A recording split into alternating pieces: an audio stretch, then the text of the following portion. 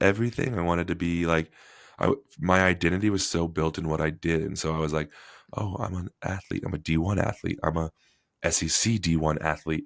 And Mm. now it's like, when I tell people I sell gloves, they're like mittens. And I'm like, no, not like mittens. I sell, and it's still silly, but like four fingers and a thumb, which is Mm-hmm. weird. But I talk Mm-hmm. to like dentists. Actually, I don't even talk to dentists. I sell to people who sell to dentists.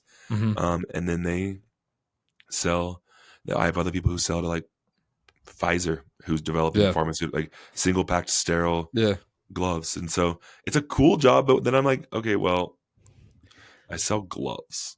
Yeah. When So when you reduce it down to like I sell gloves, it's like, wow, how'd you get into that? And you're like, well, I got in at the right time because 4 months before a pandemic happened, I'm selling medical it gloves. was literally, man, we waited on this job for 6 months. I don't know why the Lord didn't give me permission. I said no to three other jobs. I actually said yes to two of them, and then like day of had zero peace, like nauseousness, lack of peace.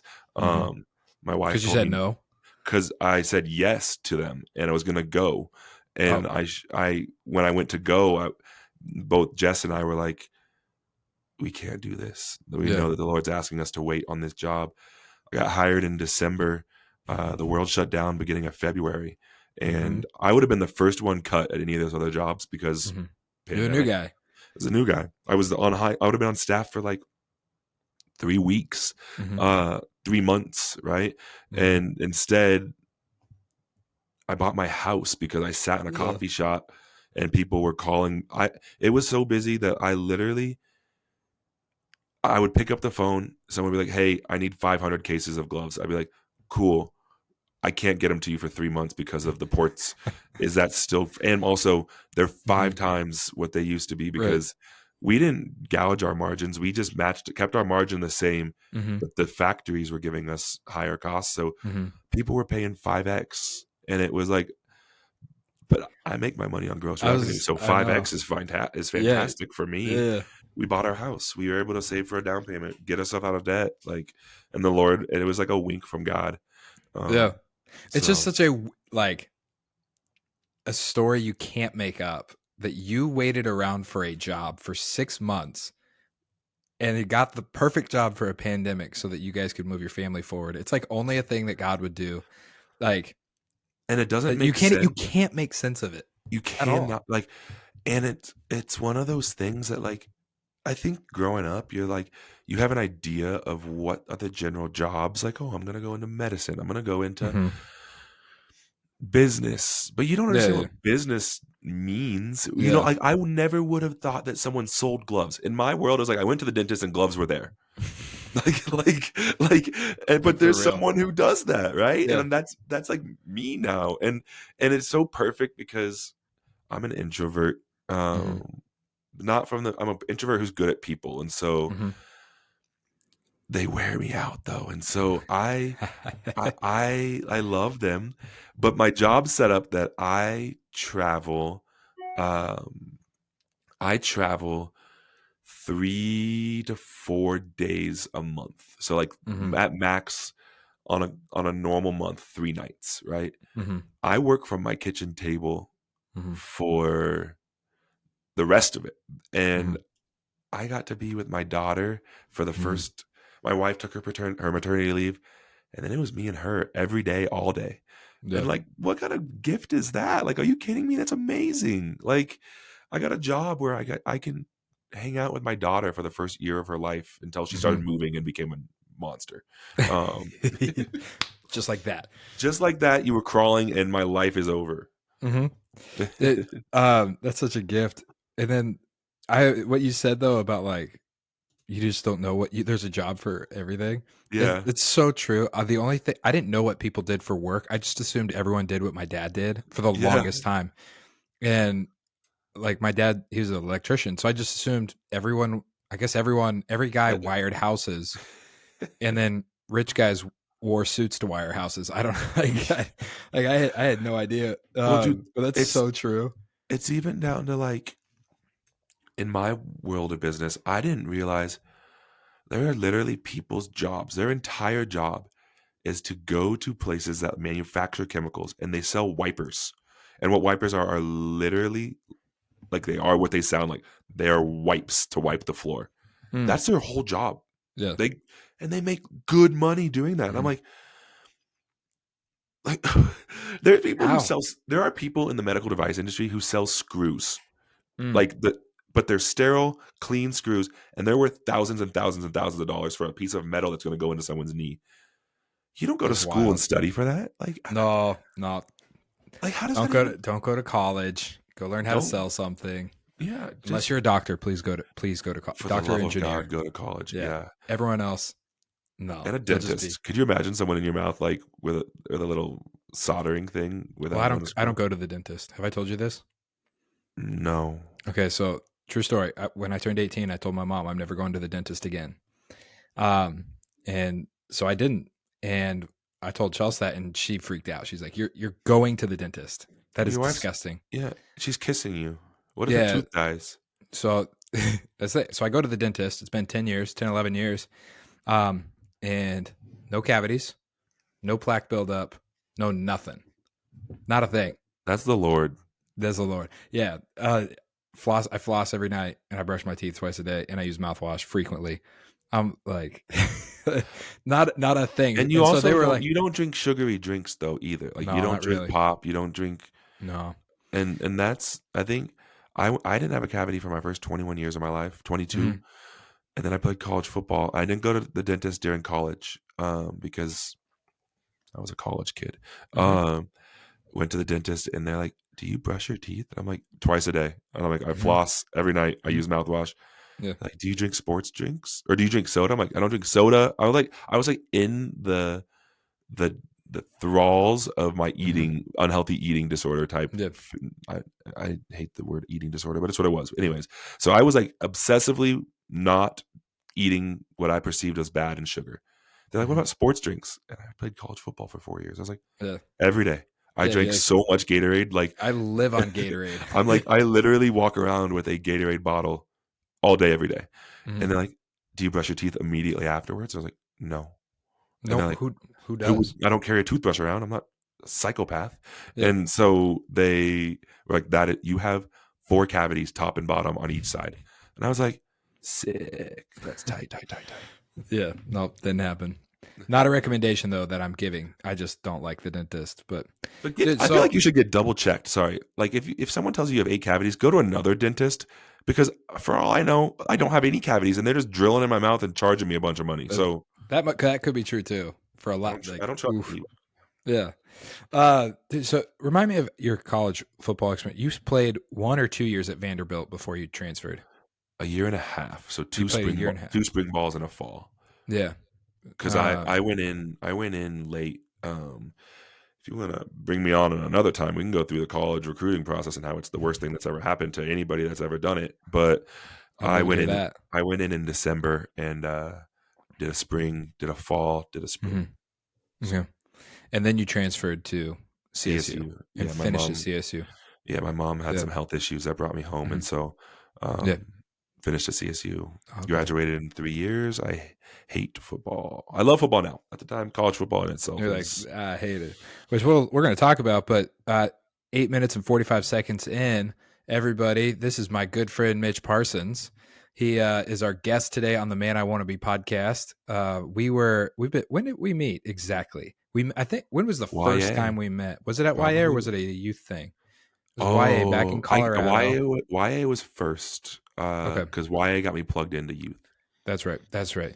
So we met at church a long time ago. Yeah, like Um, 7 or 8 years, yeah. Yeah.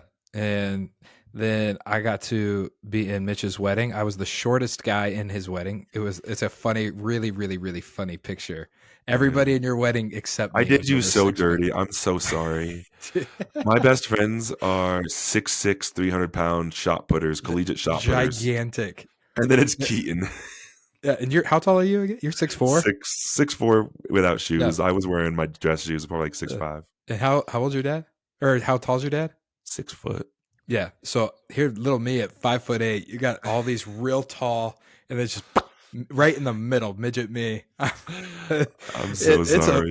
No, that's a funny picture. Um, I was surrounded by bodyguards. Yeah, you were. I You were was safe. protected. Um, and man, we've been good friends for a long time. And I wanted to have Mitch on because he had an experience in in college that sucked. It was actually past, and he even went past college, right? Yeah, yeah, But and yeah, yeah, he's kind of dedicated the rest of his life, paid and unpaid, to helping men with what he experienced in college, yeah, and how they and what they experienced just in day to day life. So I'd love to hear about that. I don't want to say too much. I want to hear it in your words what yeah, exactly you do. yeah. You know, what I mean, what exactly do I do? I normalize normal men talking about normal things. It's kind of my life mission Hmm. is to, and it's kind of evolved in the last year, even Yeah. from normalizing normal men talking about normal things to just normalizing people being authentic. Mm. Yeah. Um, Yeah. I hate social media because it's so, what's the word I'm looking for? It's just Filtered. disillusion. It's filtered. It's disillusioning. Like, is that even a word? It like makes It you is a word. it makes you feel like you're living in a false reality because Hmm. it's not real. It's Yeah. even now with this AI stuff, it's like I th- I I want to like preface everything that I do with like this was not created by AI because Right. like you don't know, but like Yeah. I I realized that men were sitting in this isolation and of like that was created by the shame of the idea that they were alone in it. Like Hmm. and they couldn't talk about these things because Hmm. you had to be tough. You had to be a man, Yeah. quote unquote. What does it even mean? I don't know. Hmm. You had to be Um, macho. you had to be macho, or you had to be the opposite. Like there was no healthy, like Yeah. there was no healthy depiction of what being a man was. It was Yeah. either we lived in a world where you're either a macho man or you were hated for being a man. So you Hmm. had to like Pretend to be a disassociate woman. Yeah. yourself. Yeah. Yeah, you had to disassociate yourself from the aspects that made you a man, leading your Yeah. family, being like standing for what you believe in. Like you Hmm. like it felt like those things were like shut up and be quiet, submit, be who you be something Yeah. Yeah. else. Yeah, yeah, yeah. I say on the podcast a lot, like you're told all the time to shut up, sit down, and behave. Yeah, And I'm and like, guys don't do that. guys Any don't of they do don't. that. Yeah. And but we are also told at the same time, like if like don't talk about it. So like shut up, behave, but like if you're feeling things, what Mm-hmm. does behave look like? Behave Yeah, yeah, changes. yeah, yeah. So I just imagine what I imagine is the poor little kids who 8, 9, 10 years old. They've got all the energy in the world, and they have to sit behind their little desk with their colored pencils for 8 hours. What I picture. yeah, But you care, but like into adulthood, and you're like, yeah, nah, I got something else inside of me that I want to get out, and I got some wounds along the way that I got to deal with, yeah. which is kind of what I love about your podcast, Oh, because thanks. Yeah, it's called Over a Drink. yeah. Is that still what you're doing? Because I know you had rebranded a little bit. Yeah, I'm doing 2. Yeah. It's not necessarily rebrand, it's more refocus and Hmm. and create. Hmm. So we can go into that in a second. Yeah. So what I'd love to know, um, is how you got to this place. Like, if you're what made you realize like I gotta start normalizing these conversations with men. Like, how did you get to the place where I've got a job, but I've got to start this other thing also. Yeah. So for the first 6 months of my marriage, I was unemployed. We talked about that. I did an Hmm. internship where halfway through they're like, "Hey, don't actually worry about it. You're gonna have a job. You're good to go. We're gonna have you run." I did a youth internship at our church, and I was gonna take over one of the campuses because that campus pastor was gonna take over the lead job of all of youth. And walking into my meeting, they said, "Hey, we don't know why. We can't get to a yes. I know we told you yes, but it has to be a no." Mm. I got married 3 weeks later, so I walked down the aisle unemployed. Yeah, Um, that was, I mean, that was something. talk about deconstructing like my understanding of what a husband is. Yeah. The Lord did that in such a way that not only was I like getting my butt kicked by an eating disorder at the time, because Hmm. um, when you stress something, you cling to something that you have control over, and I can Yep. control that. Hmm. In theory, I mean, Hmm. I control food, what I eat and what I don't eat, and Hmm. so I'm unemployed. I'm newly married, and I have an eating disorder. All things that were really piling on the idea that I'm not a man. I'm Mhm. not providing for my wife, and I'm losing to a woman's disease, Yeah, quote yeah, yeah. unquote, quote unquote. Yeah, but that's probably that's something like maybe a lot of guys they've never heard someone say like, "Hey, guys can have eating disorders," And exactly, and that's what I among other little things. I think if of you like want what's a bodybuilder thing? body Bigophobia or dysmorphia, body dysmorphia. dysmorphia. Yeah, yeah. And the thing is, if you and I've learned this over the course of the last 4 years now, um, the incidence of men having an eating disorder is Mhm. so much higher than the media portrays. It makes me Mm. angry. Google amount of men, Google men with like eating disorders, and it's like, oh, I think like nine. It's like some tiny percentage. I don't have it off the top of my head. I don't Mhm. want to BS it, but like if you were to actually look at the gym, go to the gym and look at what and have conversations with men and that say, "Oh, I do this with my food. I do." It might not Mhm. be a full blown eating disorder, but it is a bad relationship with food. It is a Yeah. disordered eating habit. Yeah. Anyways, that's a soapbox. I was sitting with the Holy Spirit one night and doing my quiet time and really pouting, honestly, Mhm. like, God, what the heck? Do you have me here? Why is this happening? And he prompted me with the question of, do you think you're the only man who deals with shame? And I'm like, Mm. no. And he asked, what would happen if you asked 100 men if they dealt with shame? And I Yeah. just said, I think 100 out of 100 would say yes. Mhm. So I went to coffee over the course of the next 2 years. I had gotten a job at this point, so I wasn't unemployed any Mhm. longer, 6 months in. But over the next 2 years, I went to coffee with 100 men. And I realized that these stories that I'm hearing Mhm. they need to be heard because it's all these guys somewhere along their story was like, I just don't feel like I can talk about it with people. Mhm. I was abused, but I don't feel like I can talk about it. I Mhm. cheated on my wife. My wife cheated on me. My best friend did this to me. I was addicted to this. The amount of Mhm. times that men were like, there's no way other men struggle with porn the way I do. And I was like, oh my gosh. Um, I've talked to four guys Which this week. Like yeah. I've talked to a dozen dudes this month who have Yeah. told me that porn is affecting their marriage. Like Yeah. but you truly believe that Mhm. you are alone in it. And I was like, no. Which So is I start also that's kind of a wild thing where you're like, how do you think the industry makes money? If it's not just on you. Yeah. and I and it's one of those things that it's so normalized Mhm. that people believe, oh, it's just something when I get married. Like I can do it in my teenage years. Mhm. I got shown it when I was 8th grade in Mhm. the locker room. 7th grade, probably earlier than that. Shoot, it was in a locker room. But Mhm. um, I it's normalized. So it's like, oh, but when I get married, I'll just go away. Mhm. And so I think these men assume like all the other men got married and it went away for them, but it didn't for me. Mhm. And praise God, that's something that before I was married, I was able to walk away from. But I know a lot of men who have not. Right. And so I started recording. I started over a drink, and because all these happened over a coffee or a drink, Mhm. Mhm. um, and now I record testimonies. I Yeah. record them, and the idea is to weaponize your testimony to put purpose to pain, to um, create solidarity and a common denominator of like Mhm. experiencing crap. Yeah. That's so good. One of the things I love about the internet, especially with like the podcast world, is you get to hear conversations you need to hear and the conversations you want to have. So like with your Over the Drink podcast, I remember I listened to the one that you did with Tyler Roberts. Yeah, Um, and I knew that he had lost his dad, but I had never gotten the chance to have a conversation with about like how that affected him. And getting to listen to that conversation was amazing because it told me so much about this guy I work with who I never got to talk to. Um, and it like it opened my eyes to be like, man, there is more to each person you have a conversation with if you'll just ask. yeah. That's like that was one thing that your podcast did for me. It was like, oh man, I want to ask about what's underneath the surface.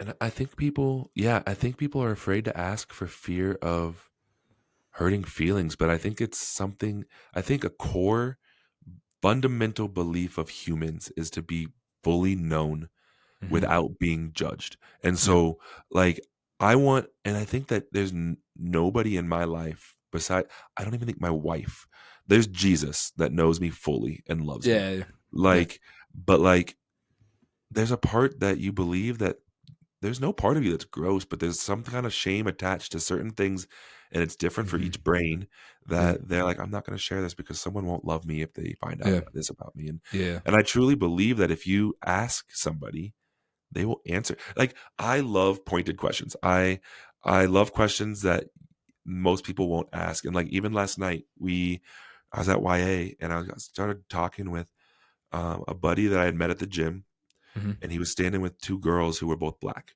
Mhm. And came from LA and Memphis, and they live in Colorado now, which is so white. It's unbelievable. Colorado is very And we white. were just talking. They were standing off by themselves, Mhm. and I was like, "What is it? What has it been like moving from places that are primarily or more heavily um, Multicultural. Uh, multicultural? mhm. There's a higher Black representation in those cities than Mhm. Denver. Mhm. To moving to Denver, what has that been like?" Mhm. And they looked at me like you see us, like you Mhm. understand, like you asked this question, like no one's Yeah. asked us that before. Yeah. At least here at YA, where because I then followed it with like, I would be willing to bet you know how many Black people are in this room, and they both were like, we're one of four, and I was like, Yeah. Wow. but that's like those questions don't get asked, and Uh, asking people about their dead mom or their dead mhm. dad, Mhm. which sounds so like insensitive. Yeah. But, like, I've talked with friends who are like, "I would rather, like, instead of you tiptoeing around it, if you don't know how to talk about it, still ask and let me teach you." Yeah. Yeah. Totally. Totally. Dude, I'm in a place that's multicultural, and like I grew up in Colorado, and Yeah, Massachusetts is like uber multicultural. yeah, Um, a lot of people from Brazil, a lot of Brazilians. There's whole like where the town we live in, the entire high school pretty much only speaks Portuguese, wow, um, which is new in the last like 10 years. And there's a lot of people only speak Spanish. Bunch of other countries. And it's the first time that I felt that like I was like, oh wow, I came from a like basically a single culture, yeah. and it was.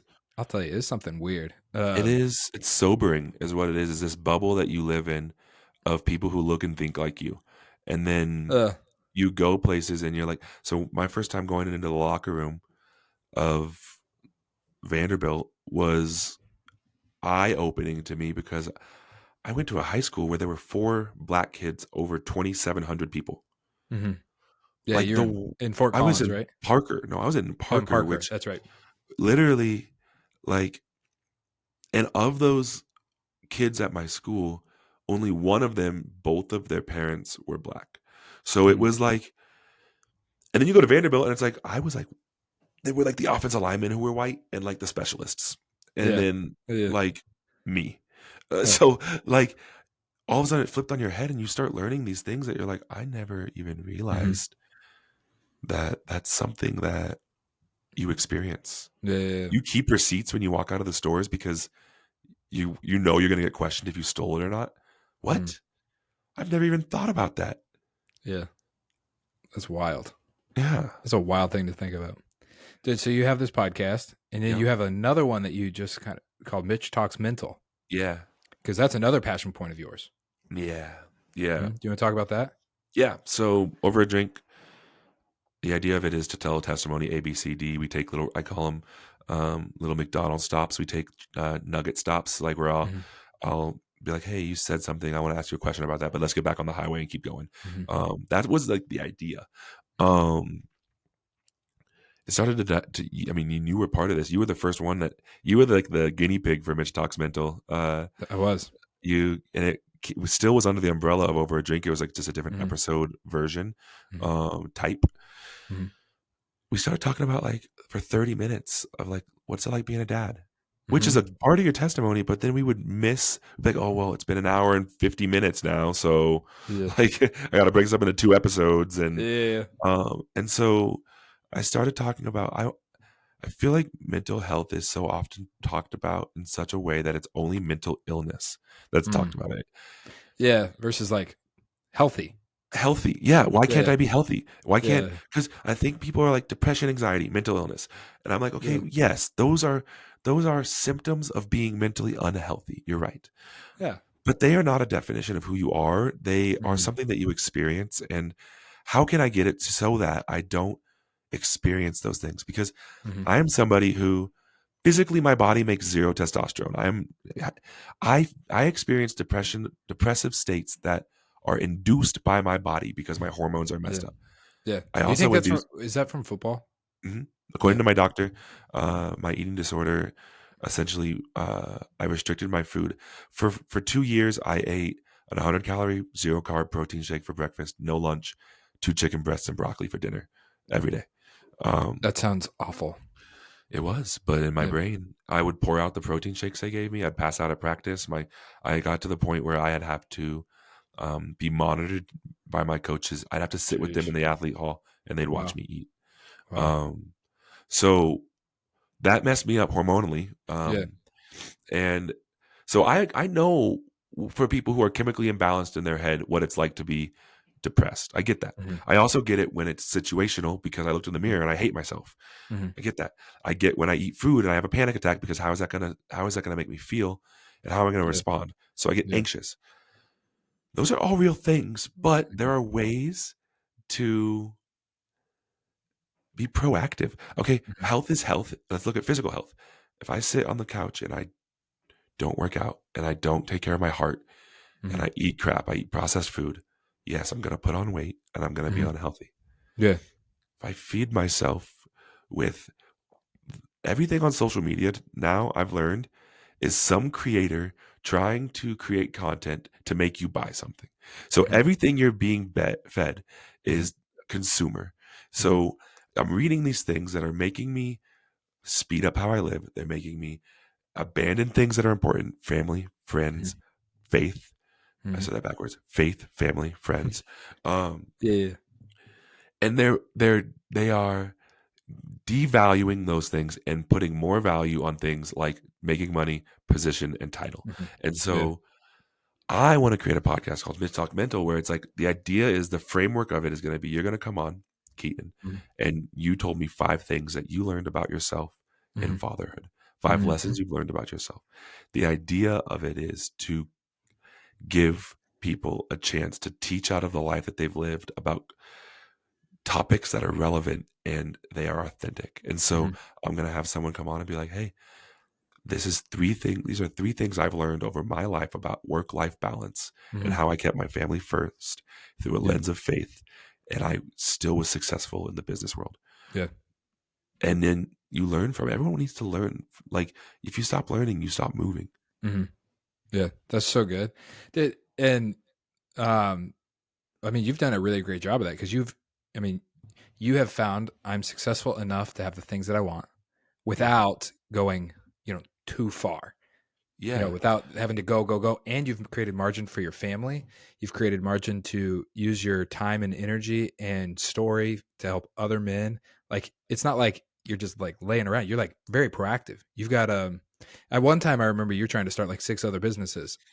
I was like, you had your marketing thing, Yeah. and I was like, but you've got these 2 podcasts going, plus you do your job, and you get your you're using your time well without um participating in the rat race, which is like amazing. It's all like beneficial stuff.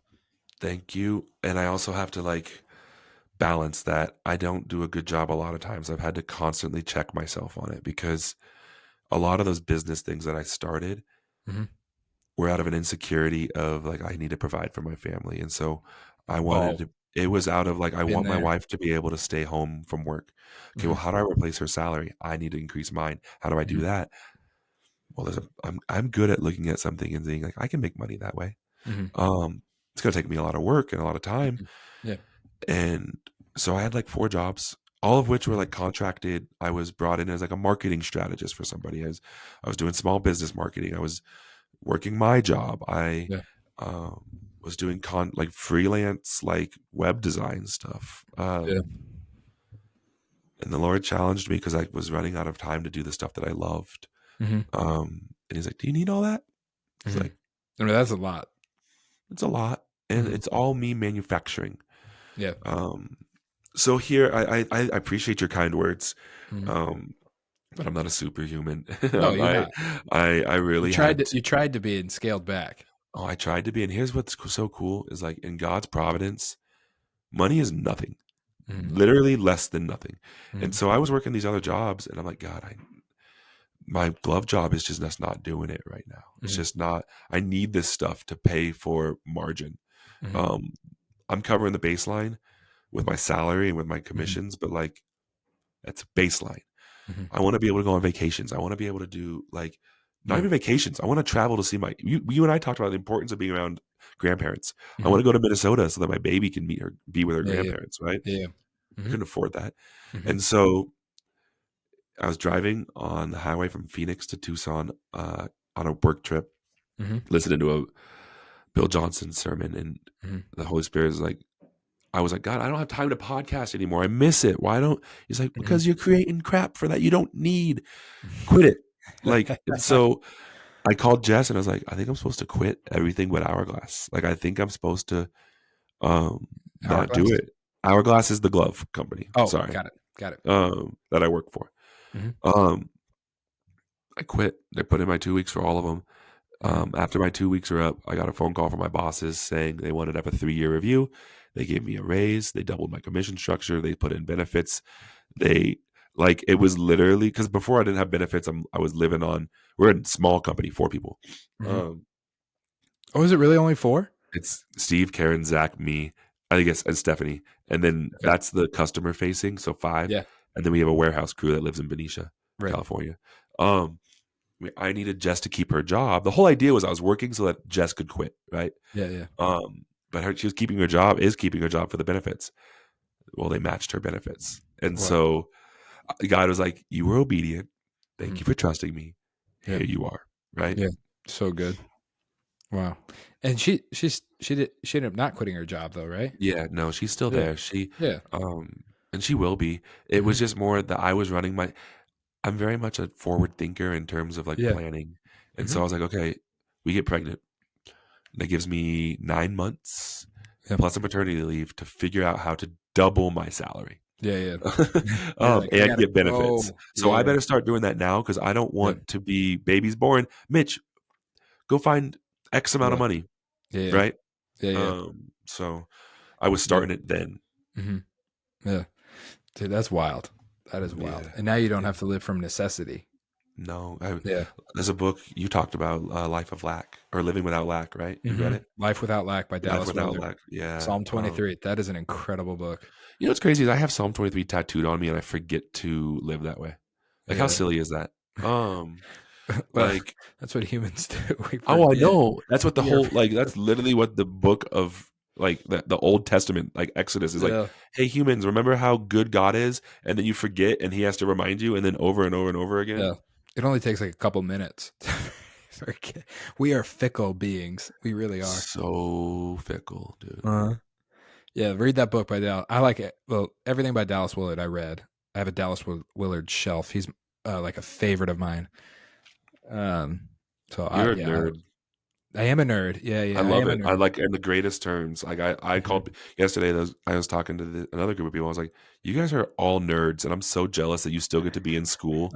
I'm like, "You're in your third like post grad program Mhm. degree." I'm like, "Nerd," and I'm so jealous. Yeah, yeah. Like, what are you doing? Yeah, Um, well, dude, uh, the podcasts are amazing. It's Over a Drink and Mitch Talks Mental. yeah. Mitch Those are your talks two. mental. How Mitch talks mental, depending on when this is released, might not be out yet. I am in the process of. You can go to my website. I built mitchtalksmental.com. It'll have Mhm, all my content. I'm getting off social media. The Lord mhm, challenged me. He's like, "Do you think you need it?" Instagram's so bad for me. Instagram is so bad for you and everybody who uses it. mhm.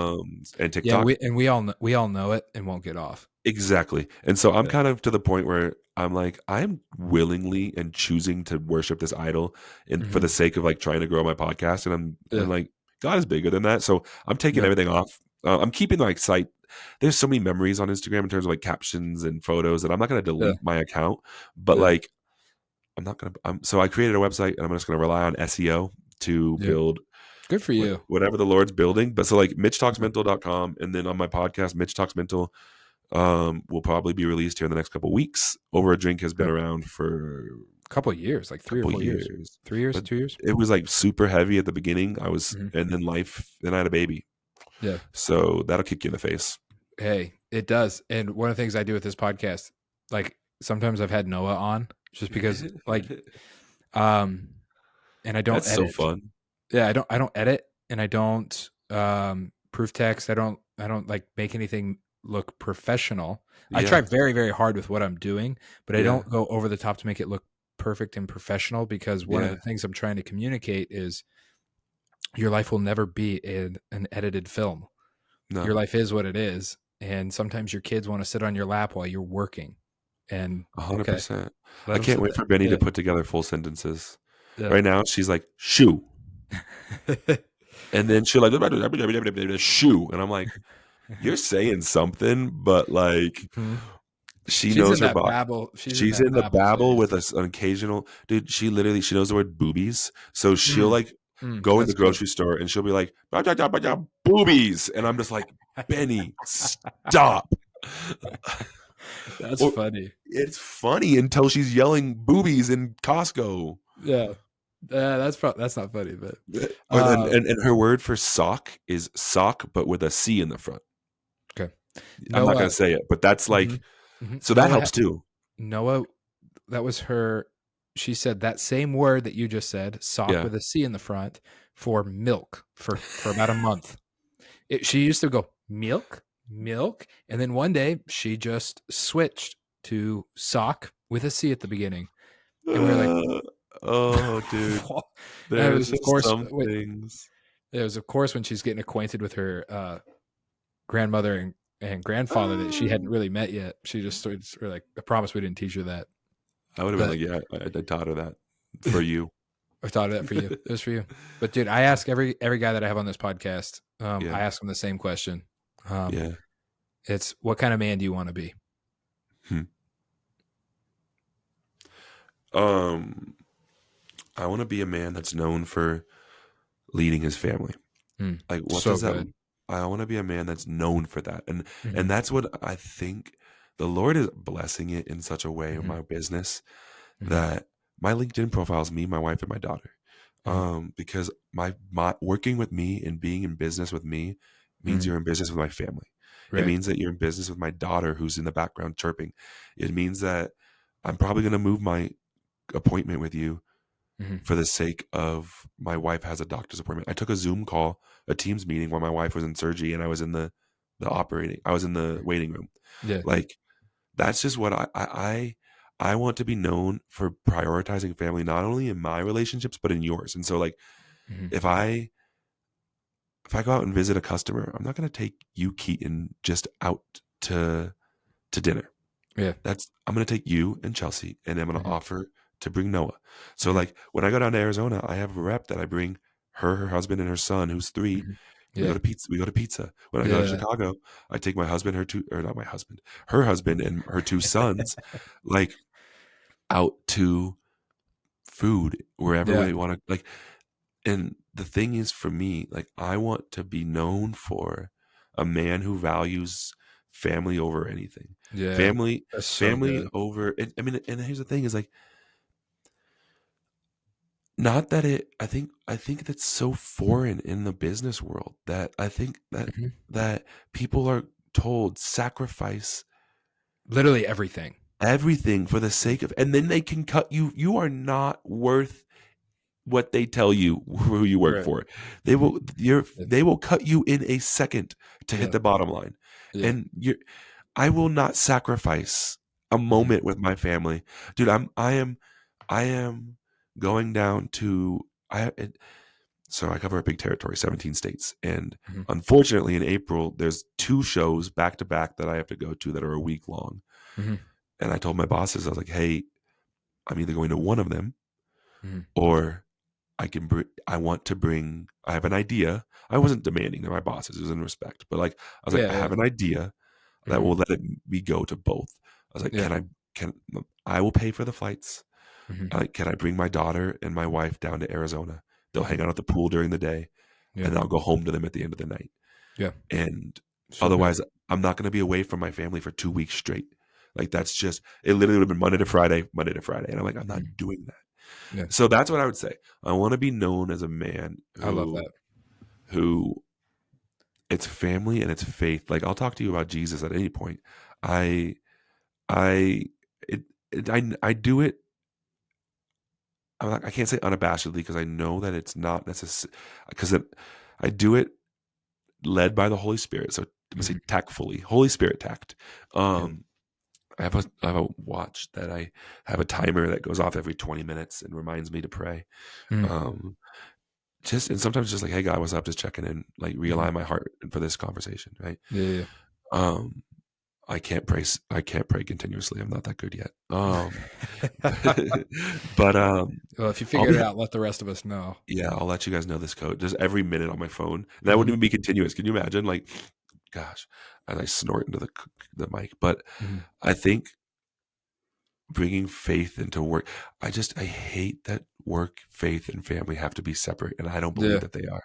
Yeah, yeah, And yeah. so I'll be having a conversation, my thing will buzz, and if I know that they're believers, or Mhm. even if I don't know that they're not, I'll be like, hey, can I pray for you real quick? I do this thing with my watch, and Yeah. like, and it's had some really cool conversations that have come up out of it. And so Mhm.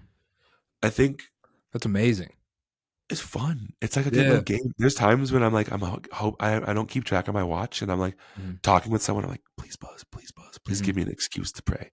Like, and it works, dude. Yeah, It's yeah, like, yeah. and it's crazy. I had multiple people. We had this national sales meeting. I had multiple people come up to me and be like, dude, you just have like an air about you that's different than Mhm. most people. And I'm like, that's Yeah. called the Holy Spirit. Like, I I got Yeah. nothing. I got Yeah. nothing with that. Yeah. Dude, you said a lot of things there that I'm like, I want to comment on. I love that you want to be a family man.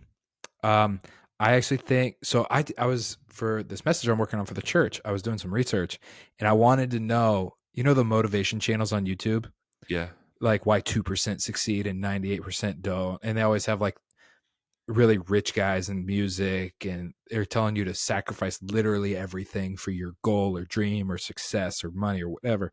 Hmm. And then so I was just scrolling through all those videos because they can get you hype, and I noticed every single person on those ruined their family, like ruined their family. It's not gonna Well, happen.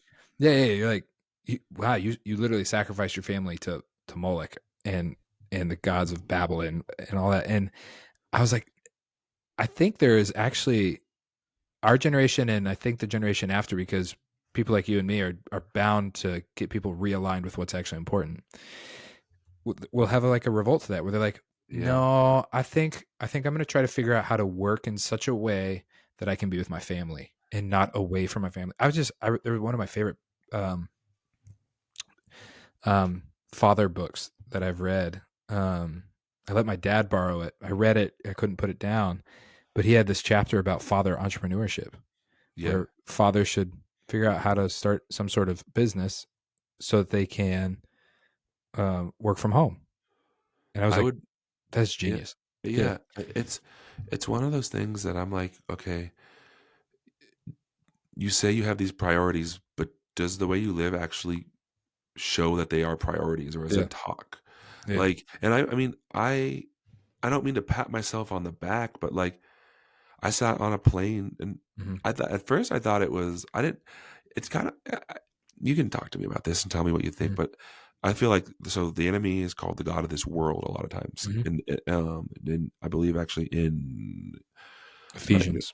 Ephesians, and he's called God of this world. And so I sat next to a guy on a plane who was it's Corinthians, I think. And yes, Ephesians is the power of the prince of the air, or the Yeah, prince of the power of the I air was or going to say I'm something. Yeah. pretty sure it's Corinthians, but Yeah, you're I right. didn't want You're to right. correct you because you are so much smarter biblically than me. Uh, I didn't know that the prophets literally existed in the Bible until like a year ago. I was like, what is that?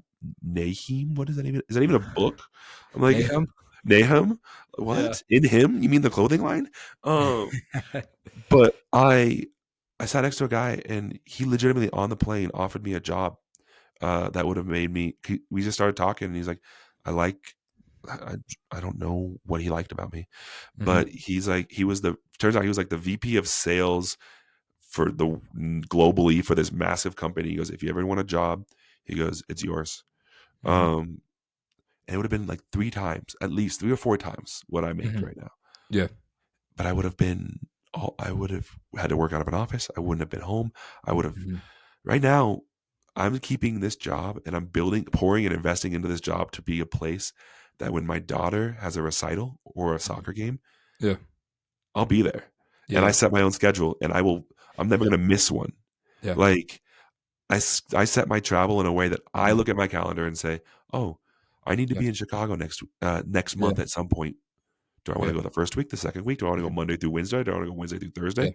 Like I and it's possible.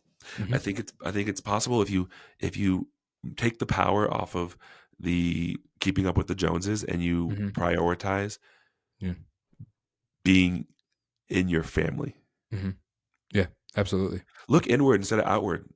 Like stop comparing yourself to someone else's yard. Like stop looking at someone else's yard and like look at your family room. Mhm. Like you can't Yeah. like if you're spending time looking in at your family room, you're not looking out the window. Yeah.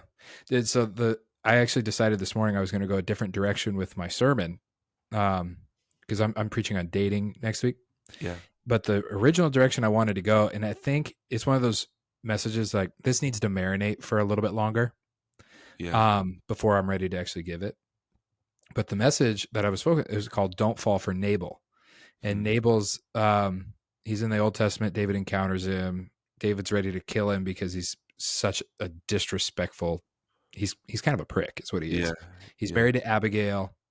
It says that Abigail is wise and discerning, and then it says of Nabal that he is harsh and foolish, and his name literally means fool. Wow. And the title of my message was going to be "Don't Fall for Nabal," and I was going to talk about how men and women both fall for Nabal, and men fall for Nabal because Nabal is really, really rich. Everything on the outside looks really good, but his internal world is terrible, and his family hates him, and he is so blind to to his surroundings, and he's so selfish that he has no idea nobody can talk to him or respect him, and so he has to throw his own feasts for himself. Wow. And then like there's this great line towards the end of the story where it says he's drunk and merry with wine, and so his wife decides not to say anything to him about what has transpired.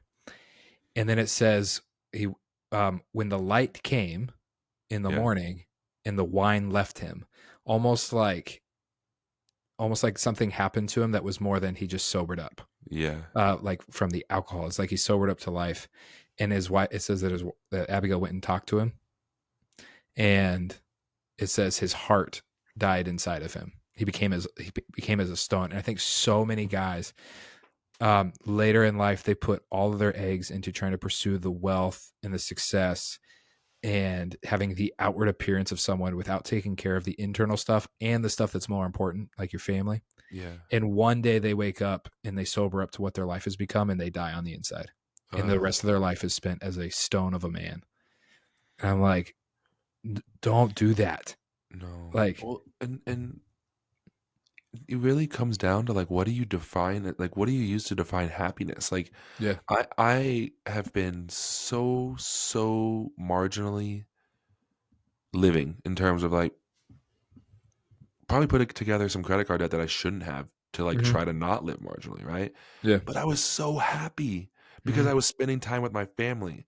Yeah. If I could like if if you could make all this money, it's not going to make you happy and it's not going to create like you're saying down the road, you're going to be 60 years old Yeah. and you're going to have all this money, you're going to have a 401k, you're going to have Yeah. investment properties, but you have no one to enjoy it with. And Yeah. so like I think if you invest instead of investing in like taking all this extra money and investing it in things, like take your time and invest it in people. And Mm.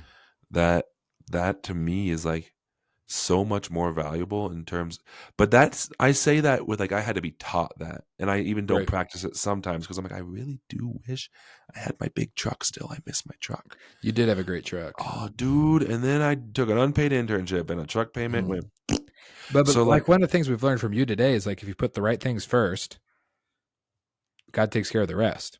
yeah Like and he he promised he would. like he promised he would and he blesses obedience. He does. He blesses Mm. obedience and I think a prayer that I've been praying for as long as I can remember is Lord, align the desires of my heart with the desires of your will. Mhm. So that when you accomplish your will, which you will, that is Mhm. biblical, that your will be carried out. Yeah. Like, I'm not disappointed. Yeah. Make it so that when your will happens, I don't get the job that I thought I wanted. I'm like, Mhm. actually, I really didn't want that. Like, Mhm. my heart has posture has changed in a way where I don't want that. Yeah. And so for me, it was when I prioritized things that were priority, Mhm. my heart began valuing those things more than the monetary things Yeah. that might have come. And so I was able to like find joy in the minimal. Mhm. And then I think the Lord has blessed that in a way where now that it's Jess always talks about it, like, because my work is doing really well, it's taking off Mhm. on me a little bit, and Mhm. it's like, okay, well, we stewarded the little well, so how are we going to steward the marginally increase or the however it Yeah. increases the same Yeah. way? 2 Corinthians 8. What's that? 2 Corinthians 8, baby. It's Paul's greatest chapter on generosity, where he talks about. I should just read it. It's a fantastic. He basically says that God will increase your seed for sowing, Hmm. not for consuming, but for sowing. Hmm. Let me pull it up. It's fantastic. We Um, we kind of stumbled upon this like reality of like, okay, with what you're talking about, there's like the 10% tithe, but that's obedience. We're told to do that. And then to be generous is anything on top of that. And so we give an extra 10% on top of that to be generous. yeah. And my mind, it was like, okay, Lord, on my commissions, you're taking 20% for taxes, 10% for tithe, 10% for generosity, Hmm. 60% of you amplifying the business opportunities in my life is so much more than 70% of me being tight fisted with my finances. And he has proven that over and over to the point of like, I'm getting emails from people with opportunities that I've never even considered. Like, It's so good. crazy. It's amazing. I was wrong on the chapters. Chapter 9, 2 Corinthians chapter 9. He starts Unbelievable. his cheerful giver in chapter 8. This is what he says. He says, Paul writes, the point is this, that whoever sows sparingly will also reap sparingly, and whoever sows bountifully will reap bountifully. Doesn't mean you'll get everything you want because you've come down a little bit. But he does say each one must give as he has decided in his heart, not reluctantly or under compulsion, because God loves a cheerful giver. And God is able to make all grace abound to you, so that having sufficiency in all things at all times, you may abound in good work. So Mhm. God's going, if you're generous, God will Yeah. make sure that you stay afloat so you can abound in good work. So you don't Yeah. have to work for money as hard because God will take care of you.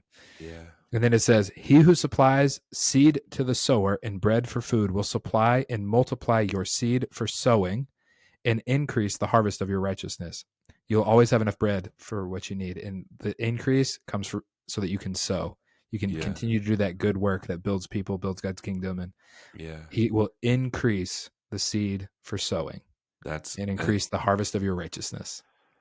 that, and I think that that's a great thing to land on or to like rely on is like, I'm going to be covered. The thing that I kept coming to as you read that is like sufficient. Like, what do you, I, I think that that's, we wrap around back to social media. Social media does a really good job of Mhm. redefining what sufficient means. Yep. There's like, it makes it this, there's never attainable line of like constantly moving, never enough. So Mhm. like, if you can really like tattoo a definition of sufficient that Yeah. that is sufficient, like what does that even mean? Like Mhm. to you, sufficient, like it's never enough Mhm. is what we live in right now. And so Right. he will always give you something that is sufficient. And if Mhm. you're able to define your sufficiency by what the Lord has defined it as, Yeah. that's where you're going to be able to find a place of joy in that giving because you're like, Yeah. I have what I need. I have what Yeah. I need, and this is not for me. I literally, I want to make millions of dollars, and money is not a bad thing. I want to make Mhm. millions and millions of dollars because I talk about this Patrick Mahomes. Mhm. He signed a $300 million contract. Mhm. Which is Ten nuts. percent of that is $30 million, Mhm. and if he would have tithe that, what could you do with $30 million in a city? A Like lot. a lot. And that's where I'm like, That's I more than want most mega churches' budgets. 100%. And so I'm like, I want to make millions and millions of dollars so that my 20%, Mhm. 10%, and 10% is like a game changer. Yeah. Like I want to just swing a hammer. Yeah. Like that is my goal. Not for Yeah. the sake of like I have a like Jess and I right now we have a little townhouse, two bedroom, two bathroom. Yeah. You have a modest house. I have a modest house. It's fantastic. I Mhm. love it. I don't want to move, Yeah. right? I hate my HOA. But Mhm. they're the only reason I want to move.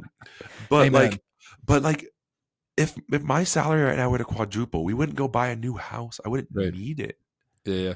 I'm sufficiently supplied for. Dude, also, I learned something very important from my father-in-law because they had this great little house and then they upgraded and got a big one. Yeah.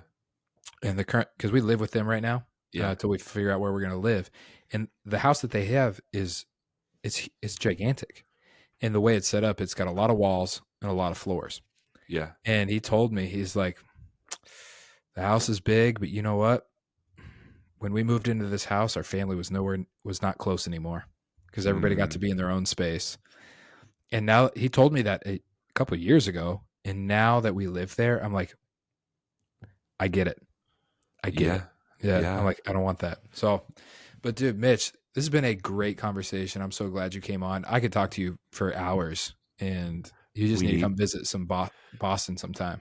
you guys have good crab, right? In Boston? Oh, great seafood, incredible Okay. seafood, and they need My some gloves up here. So get a sales trip.